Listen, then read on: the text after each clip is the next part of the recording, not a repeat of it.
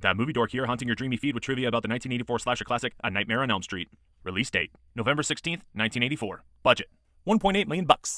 Tech specs. Shot with the Ariflex 35BL2 and the 35.3, captured on Eastman Kodak 100C 5247 35mm film. Hell yeah. This movie saved New Line Cinema from bankruptcy, which earned them the nickname The House That Freddy Built. Wes Craven drew inspiration from articles about a small group of refugees from the Hmong tribe escaping the Pol Pot regime who happened to perish in a mysterious way. They would have a nightmare, refuse sleep until they couldn't any longer, only to awaken screaming before succumbing to death. The inability to find a cause intrigued Craven, and there is a name for that phenomenon now: sudden unexplained nocturnal death syndrome. Craven also mused from a childhood bully who happened to be named Fred Krueger, but Freddy's physical appearance came from young Wes seeing someone with severe burn scars, as well as an alcoholic transient that he encountered when he was 10, who wore dirty clothes and the iconic fedora.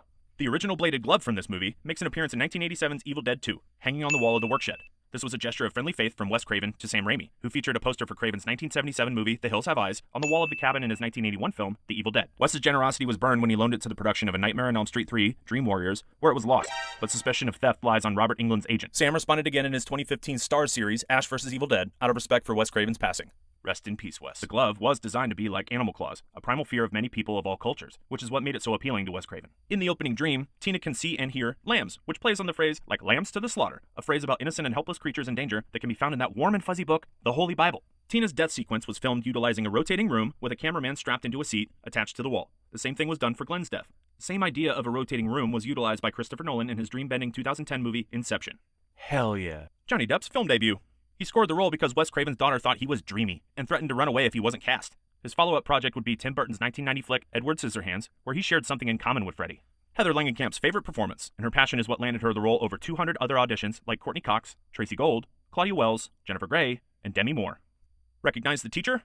That's Lynn Shay, one of the memorable players from There's Something About Mary and Kingpin, as well as the tyrannical mother from Detroit Rock City, among other gems. She's the younger sister of Robert Shay, the founder of New Line Cinema. Little nepotiz. Freddy's elongated arms were controlled by men puppeteering them with fishing poles on both sides of the alley. The melting staircase was made of pancake mix and mushroom soup.